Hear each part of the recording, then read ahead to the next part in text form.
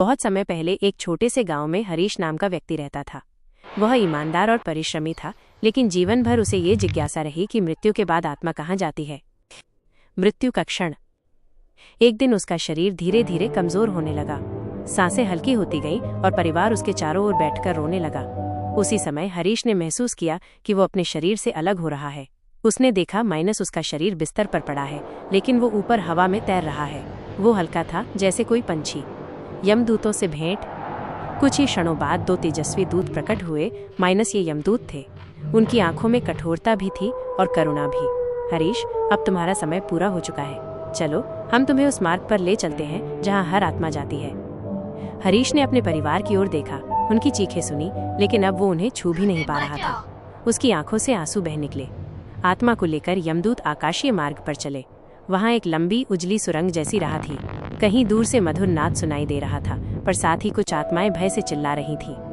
यमदूत बोले, यह मार्ग हर आत्मा को पार करना होता है।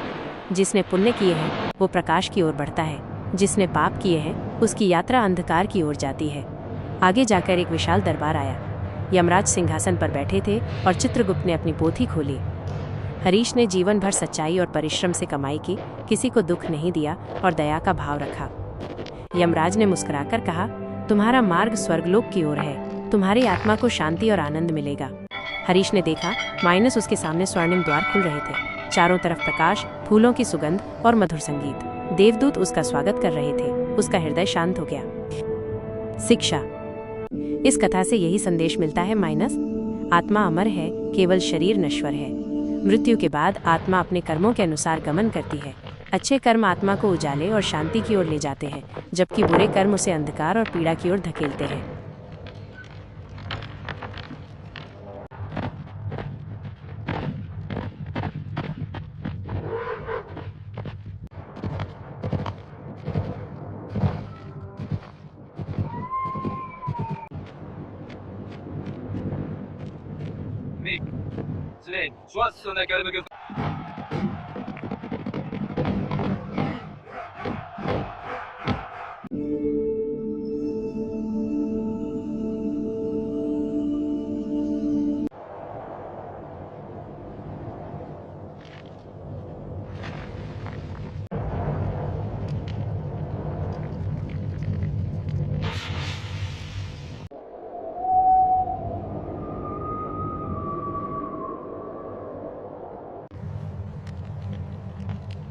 So you recommend reading